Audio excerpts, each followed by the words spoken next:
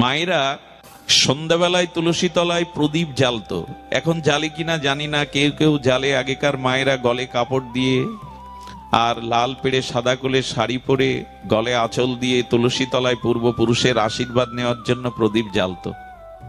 এখন ওই যে জোনাকি, ক্ষততক, জোনাকির নাম হলো ক্ষততক। এই ক্ষততক জোনাকি যখন মিটমিট করে জ্বলে, ওরা মনে করে সন্ধ্যার অন্ধকার আমি বুঝি দূর করছি, আমার আলোতেই সন্ধ্যার অন্ধকার দূর হচ্ছে।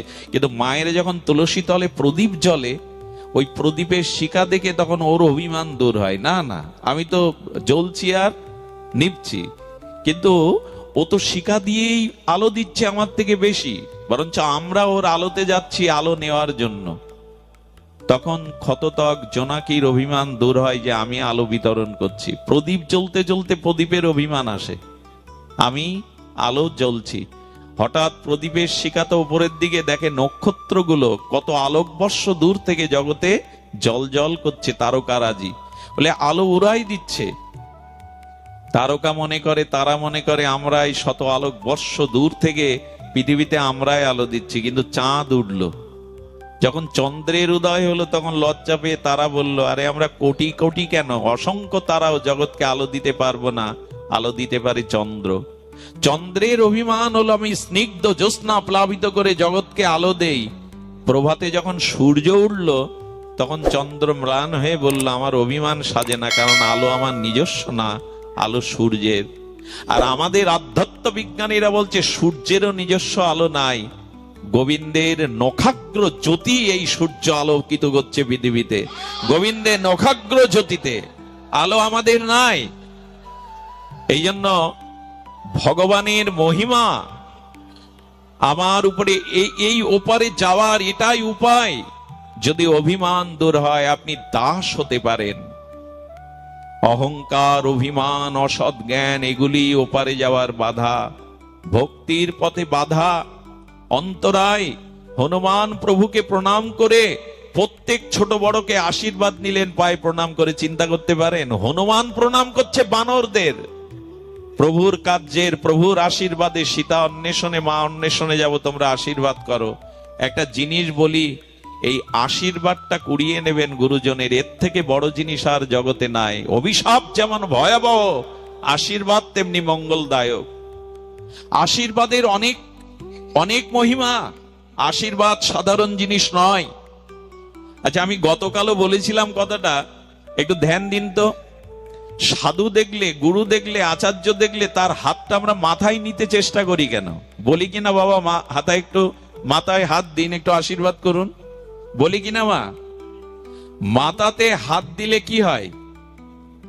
আচ্ছা, আপনার হাত আর সাধুর হাতের মধ্যে পার্থক্য আছে কি? রক্ত মাংসের পাঁচটাই তো অঙ্গুলি, হাতের অবয়ব তো একই, একই বস্তু দিয়ে তৈরি করা, রক্ত মাংস দিয়ে, শিরা হাড় দিয়ে।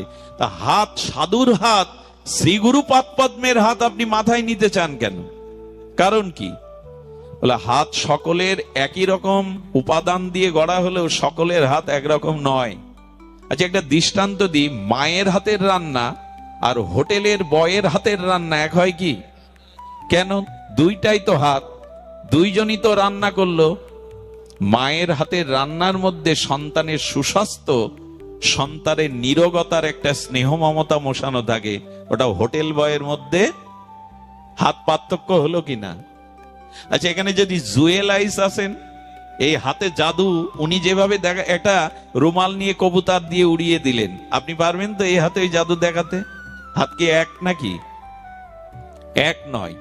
এই জন্য সাধুগুরু বৈষ্ণবের মাথায় হাত দেখে আশীর্বাদ কেন নেওয়া হয়? ওদের হাতে কিছু আছে।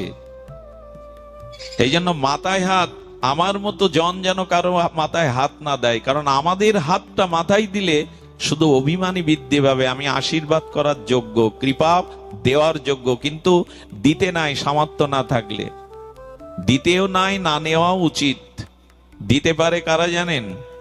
আমাদের দক্ষিণেশ্বরের রামকৃষ্ণ পরমহংস, উনি বলরাম বসুর বাড়িতে সৎসঙ্গ করছেন, আর ঠাকুরের তো সেই ভাব দশা, মায়ের সঙ্গীত সুধা চিন্তা করতে করতে মাঝে মাঝে চোখ স্থির হয়ে যাচ্ছেন, সমাধিস্থ হয়ে পড়ছেন। আর তখনই ল কলেজের ছাত্র ভীষণ তার্কিক, পরীক্ষা ছাড়া নিরীক্ষা ছাড়া কোনো কিছু বিশ্বাস করেন না। নরেন দত্ত বন্ধুদের নিয়ে ওই পথে দেখতে গিয়ে বললে, চল তো, চল একটু দেখে আসি কোন সাধু। আরে ঠাকুরের সামনে গিয়ে বলছে, তুমি ঈশ্বর দেখেছো? ঠাকুর ভাবলেন, ওর দিকে তাকিয়ে বুঝলেন এ সাধারণ নয়, এ কেউ সাধারণ নয়। ঠাকুর বললেন, দেখেছি গে, তোকে যেমন দেখেছি ঈশ্বরকেও আমি দেখেছি, তোকেও দেখাতে পারি। নরেন দত্ত ভাবলেন, ইনি মহাপুরুষ নয়, মহা উন্মাদ, পাগল। এই কথা যে বলতে পারে হয়তো সে মহাপুরুষ, নালে উন্মাদ। বললেন, তাহলে আমাকে দেখান, উপলব্ধি করান। সঙ্গে সঙ্গে রামকৃষ্ণ পরমহংস ভাবাবেশে নরেনের মাথায় হাত দিয়েছিলেন। কি বলবো, 3 দিন ব্যাপী নরেনের মধ্যে সমাধি কাজ করেছিল, বাহ্যিক জ্ঞান ফেরেনি। 3 দিন পরেই ঠাকুরের চরণে সমর্পণে বললেন, ইনার মধ্যে মহা লোকত্রীয় কোন শক্তি কাজ করছে, হাতে কাজ হয়। এই জন্য আশীর্বাদ নিতে হয়। হনুমানের মতো অগ্রগণ্য জ্ঞানী মধ্যে অগ্রগণ্য গুরুজনদেরকে, ছোটজনদেরকে ভক্তির কাজে যেতে গেলে, শান্তির কাছে যেতে গেলে সবার আশীর্বাদ করান, অভিশাপ নয়। এমন কর্ম করবেন না, কারণ কারোর চোখে যদি জল ঝরান তার থেকে কোটি গুণ জল আপনি তুলে রাখুন আপনার জন্য। কারো চোখের যদি জল ঝরান, একদিন কোটি গুণ জল কাঁদালে কাঁদিতে হয়, এটা লিখে রাখুন। কাউকে অকারণে কাঁদালে আপনাকে কাঁদতেই হবে, এর প্রমাণ নেবেন। শ্রীকৃষ্ণ অখণ্ড পরতত্ত্ব ভগবান, তিনি কংস বিনাশ করে কারাগারে বসুদেব এবং দেবকীকে উদ্ধার করলেন। দেবকী তখন শৃঙ্খলিত, কৃষ্ণকে দেখে প্রশ্ন করছে, দাঁড়াও, তুমি ভগবান, তুমি পরম পুরুষ, তুমি পরমেশ্বর, ভগবানকে গর্বে ধারণ করে তোমার মুখে আমি মা ডাক কেন শুনতে পাইনি? আমার বুকের স্তন্য দুগ্ধ ভেসে গেছে, আমি তোমার মুখে দিতে পারিনি কেন? কোন অভিশাপে, কোন পাপে তোমার মতো সন্তানকেও পেয়ে আমি তোমার মুখে মা ডাক, তোমার বাৎসল্য প্রেম পাইনি? জবাব দিয়ে তবে আমার শৃঙ্খল মুক্ত করো। ভগবান মৃদু হেসে বললেন, মা এবার আমার দিকে তাকাও। দ্বিতীয়বার দৃষ্টি দিলে দেখলেন ওখানে কৃষ্ণ নেই, ধনুর্ধারী রাম দাঁড়িয়ে। মনে পড়ে মা, ত্রেতাতে তুমি রামকে বনবাসে পাঠিয়ে কৌশল্যাকে 14টা বছর কাঁদিয়েছিলে। কৌশল্যা তোমার চরণে পড়ে বলেছিল, আমি তো দাসী হয়ে থাকবো, ভরত রাজা হোক, কিন্তু রামের মা বলা ডাক হতে আমাকে বঞ্চিত করিস না। সেদিন কৌশল্যার মর্মভেদী এই অশ্রু জল তোমার হৃদয় বিগলিত করিনি। তুমি ছিলে কইকে, কাঁদালে কাঁদতে হয়, সেটাই পাচ্ছ তুমি। দয়া করে আশীর্বাদ করান। এমন কর্ম, এমন ক্রিয়া, এমন ভাষা, এমন চরিত্র আমাদের যেন না হয় যে মানুষের অভিশাপ কুড়িয়ে চলে যায়। কারণ আশীর্বাদ ছাড়া ভক্তি পাওয়া, শান্তি পাওয়া যায় না। সুধীজন, এই জন্য আমাদের সনাতন বৈদিক সভ্যতায় যে কোনো কাজ করতে গেলে পূর্বপুরুষের আশীর্বাদ নেওয়া হয়। বিয়েতে আবুদ্ধায়িক শ্রাদ্ধ পড়ানো হয় না, তো বিয়েতে আবার শ্রাদ্ধ কেন? বলে পূর্বপুরুষের আশীর্বাদ দরকার, তাদের আশীর্বাদ ছাড়া আমাদের কল্যাণ হয় না। আমি পরে এই লীলাটি, গরুরের লীলাতে একটু জানাবো, অদ্ভুত একটি লীলা, যে আশীর্বাদ কেন প্রয়োজন। সুধীজন শ্রবণ করুন। হনুমান সবাইকে আর আশীর্বাদ নিয়ে, করুণা নিয়ে, জয় সিয়ারাম, এই শক্তির বলেই হনুমান ওপারে যেতে পেরেছিল। আমার বলবার অভিপ্রায়, যদি ওপারেই যেতে চান, ভক্তি দেবীর চরণে যেতে চান, শান্তির কাছে যেতে চান, তবে অভিমান অহংকার ত্যাগ করে প্রভুর দাস হয়ে যান। সবার আশীর্বাদ জোগাড় করুন, তবেই ওপারে নির্বিঘ্নে যেতে পারবেন। ওপারে যাওয়ার জন্য এটাই প্রস্তুতি। সুধীজন, এই হনুমান গিয়েছিলেন। আর লক্ষ্য করুন, এবার সাধু সঙ্গের মহিমা বলি। দেখুন, যে যার সঙ্গ করবে তার মধ্যে সেইরূপ ভাবাবেশ বা ভাব অনুভূতি প্রবেশ করবে। আচ্ছা, অধিক টাকার সঙ্গে যদি করেন তবে আপনার জীবনে লোভ বাড়বেই। অধিক টাকা, সবসময় যদি টাকা নিয়ে ঘোরেন, সবসময় যদি হাতের কাছে গাড়িতে টাকা থাকে, তবে আপনার লোভ বাড়বেই। সুধীবৃন্দ, লক্ষ্য করুন, টাকার সঙ্গ করলে লোভ বাড়বে। আর যদি খুব মূর্খ ব্যক্তির সঙ্গ করেন রাত দিন, তবে আমি বলবো আপনার ক্রোধ বাড়বে, কথায় কথায় রাগ বাড়বে। মূর্খ ব্যক্তির সঙ্গ করলে আপনি কথায় কথায় খেপে যাবেন, রাগ বাড়বে। আর যদি পর স্ত্রীর প্রতি বাক্যের দ্বারা, মনের কোন মননের দ্বারা আসক্ত প্রবণ হন, কাম আপনার বাড়বেই। এরকম এক একটা জিনিসের সঙ্গে এক একটা বিষয় সংক্রামিত হয়। সুধীজন, এই জন্য জীবনের খুব হিসাব করে এই জিনিসটা করতে হবে, তা হলো সঙ্গ। আপনার সঙ্গ কেমন এটা দেখেই বোঝা যায় আপনার ব্যক্তিত্ব কেমন।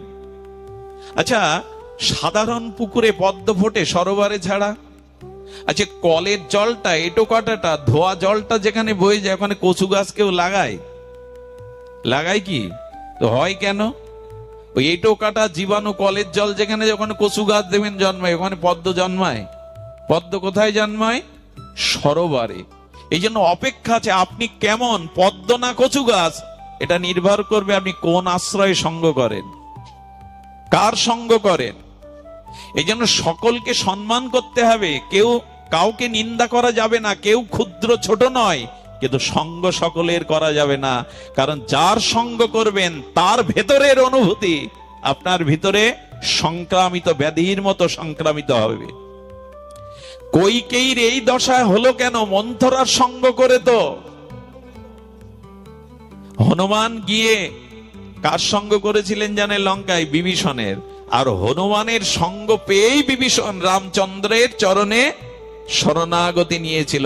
বিভীষণ ভক্ত ছিল কিন্তু রামচরণে যেতে পারেনি, সাগর পার হয়ে ভগবানের কাছে আসতে পারেনি, কারণ সাধু সঙ্গর কপালে তখনও হয়নি। রাম রাম করে, তুলসী ভক্তি দেবী গৃহে রেখেছে, কিন্তু রামচরণে পৌঁছাতে পারছে না। জগৎ জানিয়ে দিল সাধু কৃপা বিনা কেউ ভগবত পাবে না, পায়নি, পেতে পারে না। যতদিন সাধু কৃপা, ভক্ত কৃপা না হবে ততদিন ভগবানের চরণে কেউ যেতে পারবে না। এই জন্য বিভীষণের সঙ্গ হনুমানের হলো, তো বিভীষণ ছুটল। এতদিন লঙ্কায় ছিল, কই সীতাকে বন্দি করে রেখেছে বিভীষণ, ভক্ত তো প্রতিবাদ করেনি, তো প্রতিবাদ করেনি। এই জন্য রামের চরণে পূর্ণ সমর্পণ শরণাগতি হনুমানের সঙ্গ ছাড়া পাইনি। যেন বিভীষণ বলেছেন, ধন্য আমি, রাম ভক্তের সঙ্গ পাওয়া মানেই, তোমার মতো সাধু সঙ্গ পাওয়া মানে অচিরেই আমি ভগবত চরণ পাবো, এতে আমার আর সন্দেহ। পূর্ব দিগন্তে সূর্য উদয়ের 1 ঘন্টা 36 মিনিট পূর্বে যে ব্রাহ্ম মুহূর্ত বলা হয়, দেখবেন পূর্ব দিগন্তটা ফর্সা হয়ে গেছে, সূর্য ওঠেনি, অথচ পূর্ব দিগন্তটা উদ্ভাসিত হয়েছে জ্যোতিতে। ঠিক তদরূপ যখনই সাধু সঙ্গ হবে, প্রকৃত সাধু সঙ্গ, জানবেন ভগবানের চরণে পৌঁছাতে আর আপনার বিলম্ব নেই। ওই জ্যোতি প্রকাশ হয়েছে যে অচিরেই পৌঁছাতে পারবেন। এই জন্য বিভীষণের সঙ্গ হনুমানের হলো, তো ছুটল। এবার বলবো সাধু সঙ্গের মহিমা, এতক্ষণ বললাম ওপারে যাওয়ার। এবার ভাগবতের মহিমা আমাদের শুনতে হবে। ভাগবত পাঠ দিলেন তো ওই মোস্তফাপুর বাসী 9 দিন কমিটি বৃন্দ। ভাগবত মানে কথা, ভাগবত মানে কিছু লীলা নয়। ভাগবত কি এটা শুনুন, অদ্ভুত শব্দ এসেছে। অনেকেই পিতামাতার আত্মকল্যাণে ভাগবত দেয় না, কিন্তু শাস্ত্র কি বলেছেন জানেন? পিতামাতার কল্যাণে ভাগবত সন্তান সন্ততি দিচ্ছে, এটা একটা কথা, কিন্তু তারও মূল কথা হলো সুকৃতি সৌভাগ্যের দ্বারা পিতামাতা যখন বৈকুণ্ঠবাসী হয়, ওদের আশীর্বাদেই কেবল ভাগবত দেওয়ার ইচ্ছা মনে জাগে মানুষের। ওরা উদ্ধার হলেই ওদের আশীর্বাদেই ভাগবত দেওয়ার ইচ্ছা জাগে মানুষের। ভাগবত সাধারণ কোনো জিনিস নয়। ভাগবতটা কি একটু জানি, ভাগবত পাঠ তো হলো, আর আমরা ভাগবত পাঠ করতে বসি, পাঠ যা করি তা বুঝি। যাবতী রাজ্যের গল্প, যাবতী রাজ্যের বিষয় এনে হাজির করি। ভাগবত আসলে কি? এই জন্য ভাগবতটা জানতে হবে যে ভাগবতের মহামহিমা কি। ভাগবতের কয়টি অক্ষর? 4টি। ভা, গ, ব, ত, এই 4টি অক্ষরে হলো ভাগবত। এই অক্ষরগুলোর মধ্যে আমাদের আচার্যরা ভাগবতের মহামহিমা জানিয়েছেন। প্রথমে হলো, একটু বলুন, প্রথমে ভা, ভয়াকারে এই ভাতে হলো প্রকাশ। ভাতি মানে প্রকাশ। প্রকাশ মানে আলো, প্রকাশ মানে আলো। তো ভাগবত শ্রবণের দ্বারা, ভাগবত কীর্তনের দ্বারা, ভাগবত মননের দ্বারা আপনার জীবনে প্রকাশ আসবে, অর্থাৎ চেতনা বা জ্ঞান আসবে। ভারত শব্দের অর্থ মানে কি জানেন? ভা মানে প্রকাশ, জ্ঞান, আর রত মানে জ্ঞানে যারা রত তাদেরকেই বলা হয় ভারত বা ভারতবাসী। জ্ঞানে যিনি রত, তা ভাতে যার ভিতরে প্রকাশ আছে, চেতনা আছে, যার ভিতরে জ্ঞান আছে, ভাগবতের প্রথম অক্ষর। তবে একটা কথা এই পরিসরে বলে থাকি, হৃদয়ে লিখে নিন। আজকের অনুষ্ঠানে একটি সার সিদ্ধান্ত কথা লিখে নিন, হৃদয়ে লিখে নিন, কাগজে লিখতে হবে না, থাকবে না। হৃদয়ে লিখতে বলছি এই জন্য, আমাদের আবার মনে থাকে না 5 বছর আগে কে আমাকে অপমান করেছে, এ কথা আজও ভুলতে পারিনি। অথচ কাল সকালে শুনুন আপনি কাল কি শুনে এসছেন ভাগবতে, এটা বলতে পারে না। অথচ ওই মানুষ 5 বছর আগের অপমানের কথাটা ঠিক ঠিক মনে রেখেছে। আমাদের ধারণ ক্ষমতা ওইগুলি বেশি, এইগুলি না। এই জন্য লিখে রাখতে বলছি, বারবার বলছি কেন? জ্ঞান পৃথিবীতে আছে, গ্রন্থে আছে, পণ্ডিতেদের কাছে আছে, সাধনার মধ্যে আছে, আছে কিনা? কিন্তু সেই জ্ঞান যতদিন আপনার নিজের মধ্যে প্রকাশ না ঘটাবেন ততদিন আপনার কল্যাণ হবে না। একটা দৃষ্টান্ত দেই, চাল ডাল এই বাজারে আছে কিনা? মোস্তাফর বাজারে চালের দোকান সরকারের গোডাউনে আছে না? গম চাল সব আছে। তো ওই চাল গম বাজারে, গোডাউনে, পাড়া প্রতিবেশীর কাছে, এমনকি আপনার ঘরেও আছে। আপনার ঘরেও আটা চাল আছে, কিন্তু 2-4টে রুটি তৈরি করে যদি ভেতরে না দেন খোদা যাবে? জ্ঞান তো সবখানেই আছে, জ্ঞান পৃথিবী জুড়ে আছে। ওই জ্ঞান আপনার মধ্যে যতদিন আপনি নিজে না জাগাবেন আপনার কোনো কল্যাণ হতে পারে না। জ্ঞান পৃথিবীব্যাপী ছড়ানো থাক, আইনস্টাইন, নিউটন থাকুক, বড় বড় জ্ঞানের বই থাকুক, বড় বড় জ্ঞানী থাকুক জগতে, আপনার চেতনা, আপনার প্রকাশ যতদিন না হবে ততদিন আপনার কল্যাণ হবে না। জ্ঞান আপনার ভেতর থেকেই জাগতে হবে। আচ্ছা, আরেকটা দৃষ্টান্ত দেই। পৃথিবীতে বিদ্যুৎ বা আলো সবখানে আছে, কিন্তু আপনার প্রাইভেট কারে আলো নেই, চলতে পারবেন? আলো তো রাস্তাঘাটে, আলো তো সবখানে আছে, অথচ আপনার চলার যে লক্ষ্যে পৌঁছানোর গাড়ি, সেই প্রাইভেট কারে আলো সবখানে থেকে কাজ কি? যদি আপনার গাড়িতেই না থাকে খাদে পড়বেন, অ্যাক্সিডেন্টের কবলে পড়বেন, পড়বেন কিনা? তো জ্ঞান কীর্তনে আছে, জ্ঞান মন্দিরে আছে, জ্ঞান গ্রন্থে আছে, জ্ঞান ভাগবতে আছে। ওই চেতনা যদি আপনার ভেতরে জ্ঞান না জাগান আপনার কল্যাণ হবে না। এই জন্য জ্ঞানটা নিজের মধ্যে থেকে আসতে হবে। আচ্ছা, বাতাস সবখানে আছে কিনা? জয় রাধে। বাতাস সবখানে আছে কিনা? রাধে মানে বাবার ঘুম আসছিল তাই রাধে বললাম। বাতাস সবখানে আছে কিনা? কিন্তু আপনার টায়ারে যদি বাতাস না থাকে, সাইকেলের টায়ারে চলতে পারবেন? জ্ঞান এত লোকের কাছে গ্রন্থে আছে, তাতে কি এসে যায়? জ্ঞান আপনার ভিতরেই জাগাতে হবে। এইটাই জাগায় ভাগবত, প্রকাশ। ভাগবত কেন দিচ্ছেন, কেন শুনছেন? তার কারণ আমার ভিতরে ওই যে বললাম অন্ধকার আছে, মোহ আছে, অজ্ঞানতা আছে। যেমন এখন আমি প্রমাণ করতে পারি আপনাদের ভিতরে আলো জেগেছে, চেতনা জেগেছে, প্রায় বলি কথাটি। তার কারণ কি জানেন? তার কারণ এখানে মায়েরা এবং বাবারা একসাথে বসে আছে। কারো লক্ষ্য, কারো দৃষ্টিকোণের, মনের বিকার আসছে কারো। এটাই তো প্রমাণ করে এখন আপনার ভিতরে আলো জ্বলছে ভাগবতের। এখানে আপনি একজনকে সামনে বসে দিয়ে নিজে পেছনে বসছেন। এখানে স্ত্রী আছে, পুত্র আছে, কেউ ভাইকে সাথে নিয়ে আসছে, ছোট বাচ্চাকে নিয়ে আসছে, কিন্তু এখন কারো কথা, কারণ মোহ কাজ করছে না। এখানে কোথায়? এখানে আমার স্ত্রী বারবার তাকাচ্ছে তার দিকে, আমার বাচ্চাটা কোথায়? এই মোহ দূর হয়। এখানে নারী পুরুষ একসাথে বসলেও কারো মনে বিকার আসে না, কারণ জ্ঞান ভাগবতের দ্বারাই এই চেতনার প্রকাশ ঘটে। ভাগবত শুধু অনুষ্ঠান নয়, ভাগবত শুধু হাজার হাজার লোক জোগাড় করা নয়। আর আজকের একটা জিনিস হয়েছে, ভাগবত মানে সেলফি তোলা।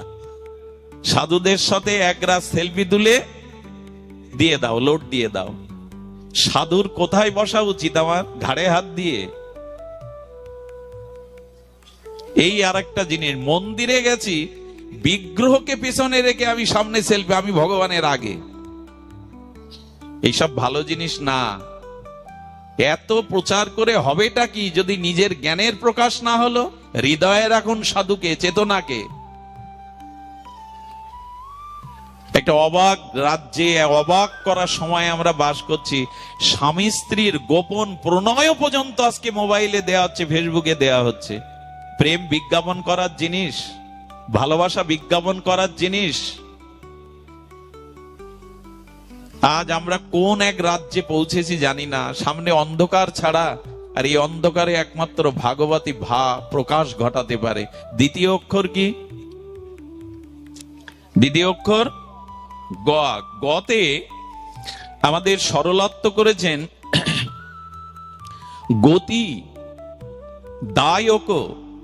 গতে গতি, গতি দায়ক, বিপরীত গতি দায়ক।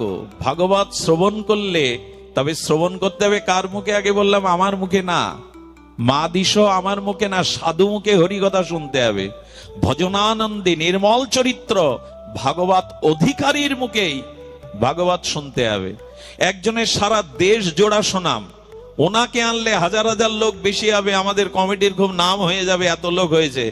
এই সব তাল করলে হবে না। দেখতে হবে তার ভিতরে ভাগবতের যথার্থ অধিকারী কিনা তিনি। অধিকার, আচ্ছা ডাক্তারি এমবিবিএস পাশ করে আপনি চেম্বার খুলতে বসতে পারবেন? পারবেন কি?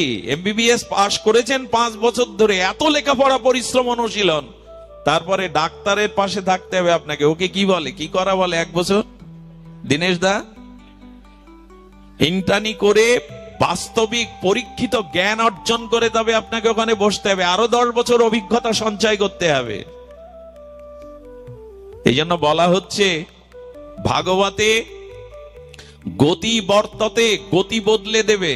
কি গতি বদলে যাবে জানেন? আমার গতিটা অগতির দিকে, আমার গতিটা অগতির দিকে। কিন্তু ভাগবত শ্রবণ করলে গোবিন্দ বলছেন আমি অগতিরও গতি করে দেই। যারা ভাগবত শ্রবণ করে আমি অগতিরও গতি করে দেই। যে অগতির দিকে চলেছে আমি তারও গতি নির্ধারণ করে দেই। এর প্রমাণ দিন একবার, মা একবার এর প্রমাণ নিন।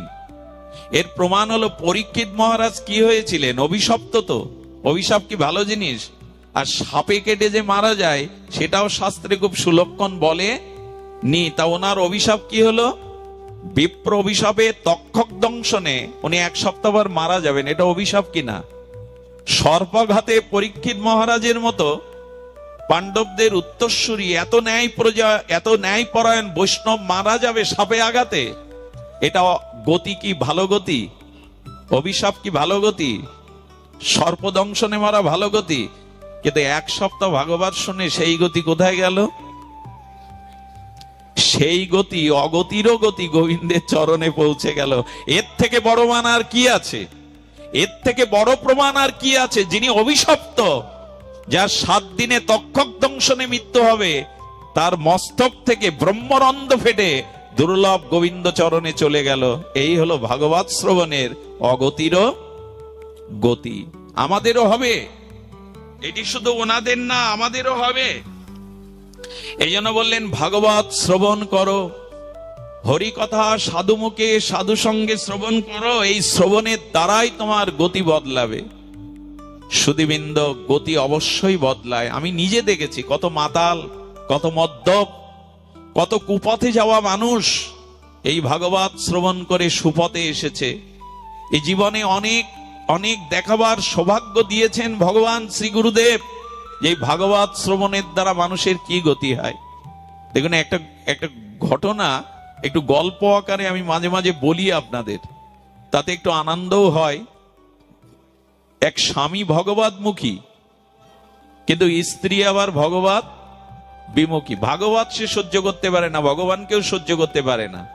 এখন স্বামী বারবার বলে 7 দিন পাঠ হচ্ছে, একদিন একটু যাও না। বলে না আমার রুচি নেই, আর আমি তো একটু স্থূল, একটু মোটা, একটু স্থূল। বলে আমি বসলেই 1 সেকেন্ডে ঘুম পেয়ে যায়। কোথাও বসলেই, কিছু কিছু মায়েদের আবার এরকম অভ্যাস আছে, বাবাদের নাই তা নয়। আজ স্বামী বারবার বলতে বলতে ঠেলে ঠুলে পাঠিয়েছেন, আরে যাও না। স্বামীর কথা রক্ষার্থে স্থূল এই কৃষ্ণ বিমুখ মহিলা, উনি তো ভাগবত কি তা জানেন না। যখন প্যান্ডেলে পৌঁছেছেন তখন পাঠক আসেননি, আসছেন রাস্তায় মাইক্রোফোন নিয়ে ঘোষক ঘোষণা করছেন, আসুন আসুন। উনি মনে করছেন ভাগবত শুরু হয়ে গেছে। আসুন হলো ভাগবতের মন্ত্র। আসুন আসুন উনি এসেছেন। এরপর বলছেন বসুন বসুন, উনি বসেছেন, আর বসলে ওনার কি হয়, ঘুম আসে, ঘুমিয়েছেন। এর মধ্যে পাঠক, বৃন্দাবনে 1 ঘন্টার বেশি পাঠ করেন না পাঠকরা। 1 ঘন্টা পাঠের পর পাঠ ভেঙে গেছে, লোক উঠতে শুরু করেছে, ওনারও ঘুম ভেঙে গেছে। তখন ঘোষক আবার বলছেন সবাই ঘরে ফিরে যান। শুনলো কয় কটা, আসুন বসুন আর ঘরে ফিরে যান। স্বামী গিয়ে সন্ধ্যায় কি ভাগবত শুনে এলে গো, এতদিন পর জীবনে প্রথম ভাগবত শ্রবণে গেলে বলে আর রাখো তোমার ভাগবত, ওই 3টেই তো মন্ত্র, আসুন বসুন আর ঘরে ফিরে যান। স্বামী মনে মনে বুঝলো কি শুনে এসছে ও, আমি জানিও কি শুনে এসছে। তো এক কাজ করো, ওকে বিশ্বাস ধরাবার জন্য, ইনি তো ভাগবত প্রেমিক, বলে যতক্ষণ বিছানায় ঘুম না আসে এই 3টে মন্ত্র একটু জপ করতে থাকো তো, আসুন বসুন ঘরে ফিরে যান। ঘটনাক্রমে তখন শিক কেটে চোর মাথা তুলেছে ওর ঘরে। ওনার মাথা যেদিকে শুয়ে আছেন তো বিছানায়, মাথার ওই পেছন দিক দিয়ে চোর যখন শিক কেটে মাথা ঢুকেছে তখন বলছে আসুন আসুন, বলে সর্বনাশ, ইনি তো দেবী, এনার 3য় চোখ আছে, নালে পেছনে দেখতে পান আমি ঢুকছি। আরে কার ঘরে এসছিনি, জ্যান্ত দেবী ইনি। আচ্ছা কি বলে শুনি। এরপর বলছে বসুন বসুন, বলে আমাকে বসতে বলছে, ঘরে ডেকে এনে, ইনি দেবী ছাড়া আর কিছু না, এনার পেছনে 3য় চোখ আছে, জ্ঞান নেত্র আছে। এরপরে ওই আস্তে আস্তে বলছেন ঘুম চোখে, এবার ঘরে ফিরে, না মা ঘরে ফিরে যাব না বলেই চরণে পড়েছে, তুমি দেবী, তোমার চোখ আছে পেছনে মা, ঘরে ফিরে যাব না মা, তুমি দেবী। আরে তাড়াতাড়ি উঠে লাইট জেলে স্বামীকে ডাকছে, এসো এসো। চোর বলছে বাবা তোমার ঘরে চুরি করতে এসেছিলাম, এ ঘরে তো দেবী বাস করে, ত্রিনয়নী দুর্গা, পেছনের চোখ আছে ওনার, আমাকে আসতে বলছেন, বসতে বলছেন, আবার সসম্মানে চলে যেতে বলছেন, আমি ওনার চরণ ছাড়বো না, আশীর্বাদ দিন। বললো বাবা আশীর্বাদ দিতে হবে না, আর চুরি করতে এসো না। বললো মা প্রতিজ্ঞা করছি এই ঘরের দিকে তোমাদের দিকে আর জীবনে কোনোদিন তাকাবো না। স্বামী কি বললো জানো, যে 3টে মন্ত্র শুনেছো তাতে আজকে সম্পদ বেঁচে গেল, অনিষ্টের হাত থেকে বেঁচে গেলে, আর সত্যি সত্যি যদি ভাগবত শুনতে জগতের অনিষ্টের হাত থেকে তুমিও বেঁচে যেতে, তোমারও কল্যাণ হতো। এই জন্য ভাগবতে আমাদের গতি পরিবর্তন হয়ে যায়। সাধুমুখে একদিনের হরি কথা আপনাকে 50 জন্ম পরেও কৃপা এনে দেবে। শুনে রাখুন, একদিনে প্রকৃত বিশুদ্ধ ভজনানন্দী নির্মল চরিত্র সাধুর মুখের কথা একদিন কানে গেলে 50 জন্ম পরেও তার ফল দিয়ে দেবে ভগবত চরণে। এর প্রমাণ হলো, মলমূত্রের মধ্যে যদি 20 বছর 1 ভরি সোনার আংটি পড়ে থাকে, 20 বছর পরে ওই আবর্জনা থেকে কুড়িয়ে নিয়ে কেউ স্বর্ণকারের কাছে বেচতে গেলে সোনার দাম কম হবে? আপনি আলমারি থেকে নিয়ে গেছেন, আরো 20 বছরে মলমূত্রের মধ্যে পড়ে থাকা সোনার 1 ভরি আংটি নিয়ে গেছে, দুটোর দাম সমান হবে, দুটো খাঁটি হলে। সোনা কখনো মলমূত্রের মধ্যে পড়ে থাকলে বিনষ্ট হয় না, তার মূল্য কমে না। এই যে শুনছেন হরি কথা, আর যদি 20 জন্মেও কোনো ভজন সাধন না করেন, এই মূল্যটা, এই হরি কথাটা একদিন আপনাকে ভগবানের চরণে মূল্য দিয়ে দেবে, দিয়ে দেবেই দেবে, একদিনের হরি কথা।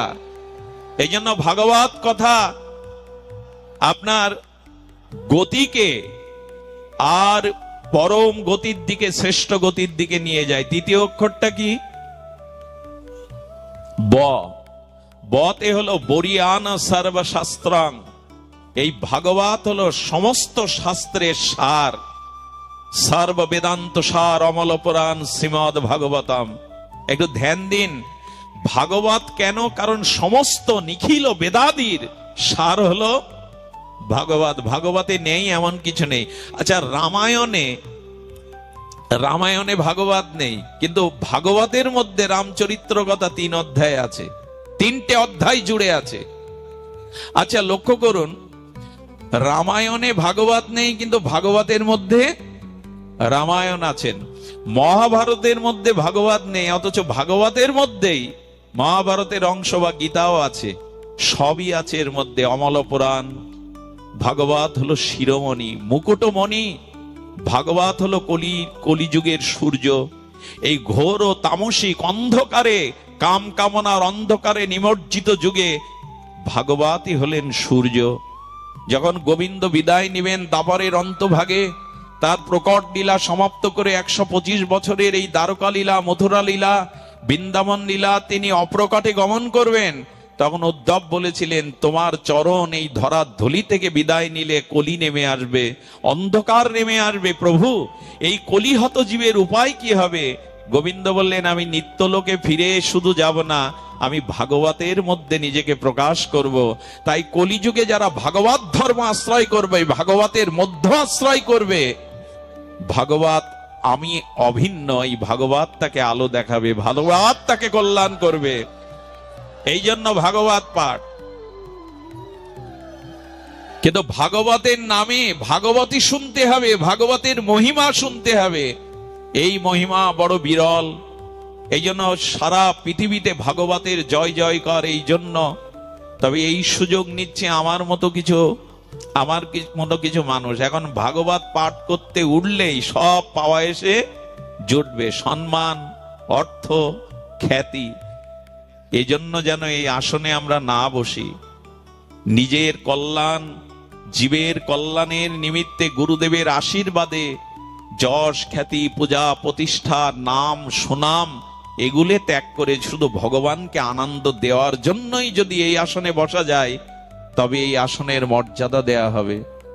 এখন ভাগবত পাঠ সকলেই করতে চাইছে আমার মতো। আমি তো নগণ্য মূর্খ, বিষয় অন্ধকারে পড়ে থাকা নর্দমার কীট। কিন্তু ভাগবত বলছেন পরমহংস সংহিতা, এটা পরমহংস সংহিতা। এই ভাগবতের মূল্যায়ন সকলের উপরে অভিন্ন। গোবিন্দ কলেবার, কলির ভাস্কর সূর্য সম এই সর্ব বেদান্ত সার অমল পুরাণ, পুরাণ কুলতিলক শিরোমণি ভাগবত। শুধু অর্থের জন্য, যশ খ্যাতির জন্য, বিজ্ঞাপনের জন্য যেন এই আসনকে কলঙ্কিত না করি। আসলে পাঠ করতে উঠলেই টাকা ছুড়বে আপনার গায়ে, সম্মান ছুড়ে মারবে, একবার সব এসে হাজির হবে। এই জন্য তো এই আসনে বসবার আমার মতো মাদিস্য জীবদের ভেতরে একটা কাজ করে, যদি বসতে পারতাম। কিন্তু এই আসনটার অপমান যেন না করি আমরা। এটা ব্যাসপীঠ, এটি সাধারণ কোনো আসন নয়। এটি পূর্ণ প্রজ্ঞাপান, পূর্ণ শ্রদ্ধা, পূর্ণ ভজন। এটি গুরুদেবের বিশেষ আশীর্বাদ। পরম্পরা না থাকলে ভাগবতে কাজ হবে না সুধীজন। এই জন্য ভাগবতের তৃতীয় অক্ষরটা কি শুনলাম আমরা? গতে, বতে হলো বরিয়ান সর্ব শাস্ত্র সারং। ভাগবত হলো সমস্ত শাস্ত্রের সার। এর অক্ষর নয়, অক্ষর রূপী রসব্রহ্ম ভগবান এর মধ্যে প্রকাশ হয়েছে। এই জন্য ভাগবতের অক্ষর প্রেজে ছাপানো কোনো পুস্তকের অক্ষর নয়, অক্ষর ব্রহ্ম। সবশেষ অক্ষরটা কি? ত। এই ততে হলো তরণী।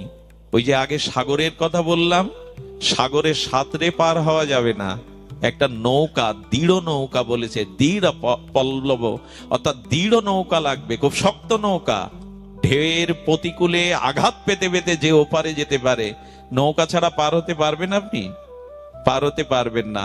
এই ভাগবত হলো তরণী, যে তরণীতে উঠলে এই মৃত্যুময় সংসার সাগর থেকে ওপারে যাওয়া যায়, ভগবানের ধামে ফিরে যাওয়া যায়। এটি হলো তরণী, যে একে আশ্রয় করলে যাওয়া যায়। আর সবশেষে বলবো, ভাগবত শ্রবণ করে 4টে ফল পাবেন যদি শ্রবণের মতো শ্রদ্ধা রেখে শ্রবণ করেন।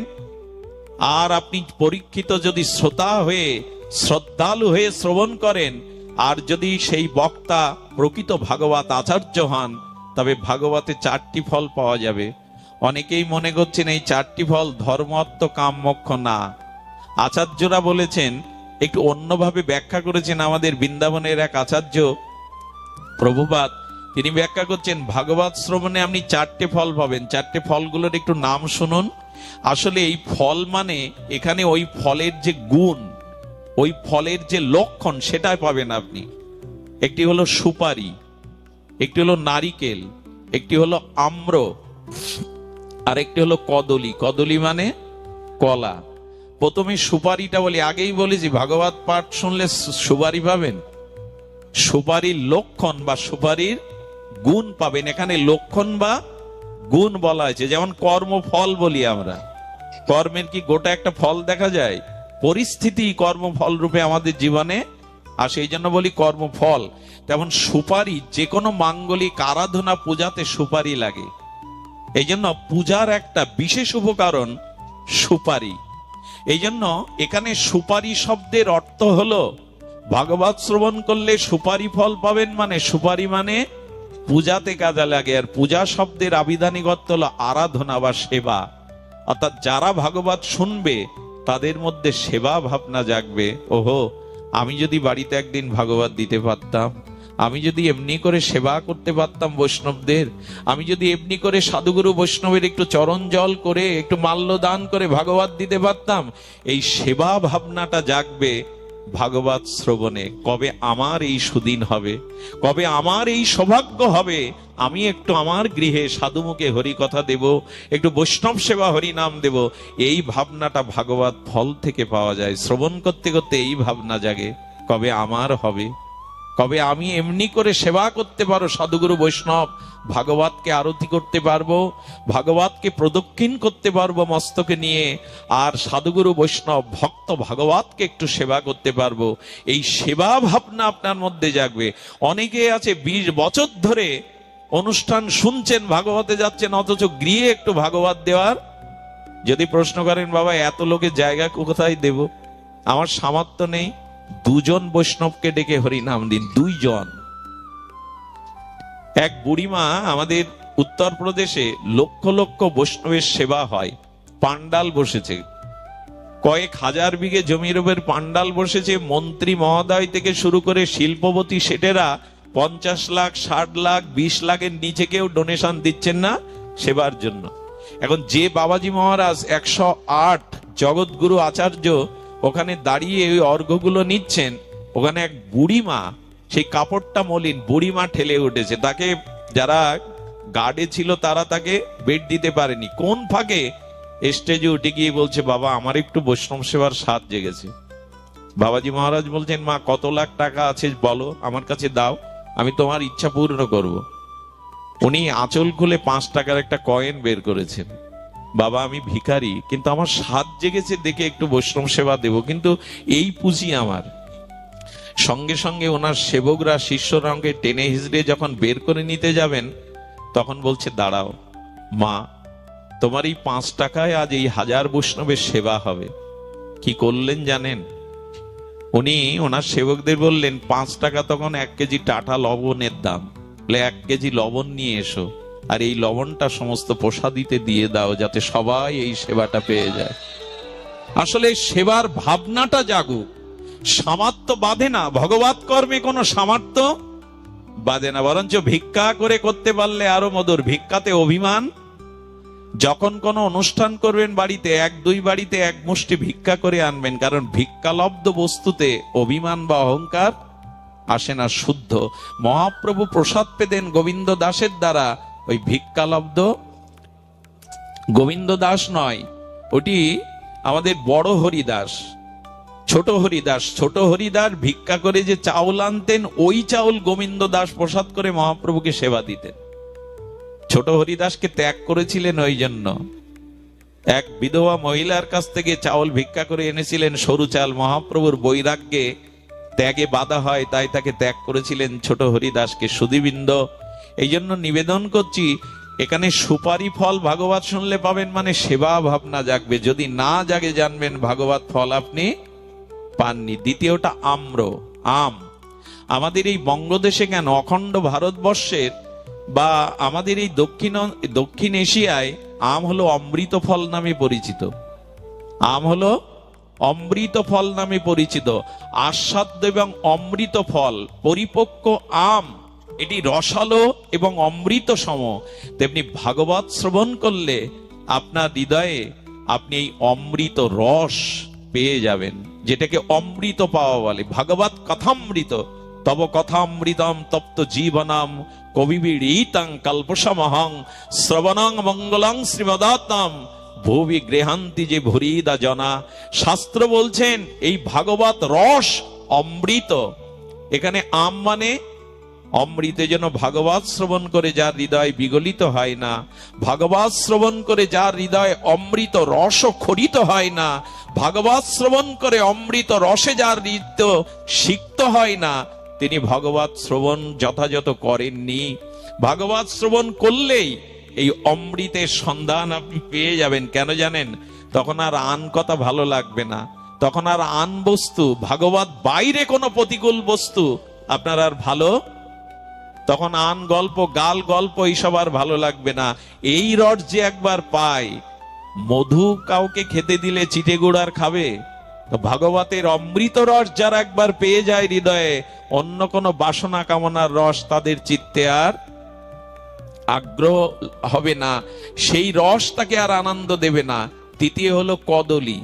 কদলী মানে কলা। কলা অত্যন্ত মিষ্টি উপকারী ফল। সুগারের পেশেন্ট যারা, তাদেরকে কলা খেতে ডাক্তার অধিক কলা খেতে নিষেধ করে। কলা হলো মিষ্টি। ভাগবত শ্রবণ করে তৃতীয় ফল হলো আপনার ব্যবহারের মধ্যে মিষ্টতা এসেছে। তো এতদিন তো ভাগবত শুনছেন, আপনার আচরণে, ব্যবহারে, কথাবার্তায়, চলা বলার মধ্যে মধুরতা এসছে। তো ভাগবত শ্রবণে যদি ব্যবহার না বদলায়, আচরণ, বাক্য, কথা যদি মধুর না হয়, তবে আপনি ভাগবত ফল পাননি। চতুর্থ ফলটা কি বলেছিলাম? নারিকেল। এটাকে শ্রীফল বা দেবফল বলে। এই ব্যাখ্যাটা অপূর্ব।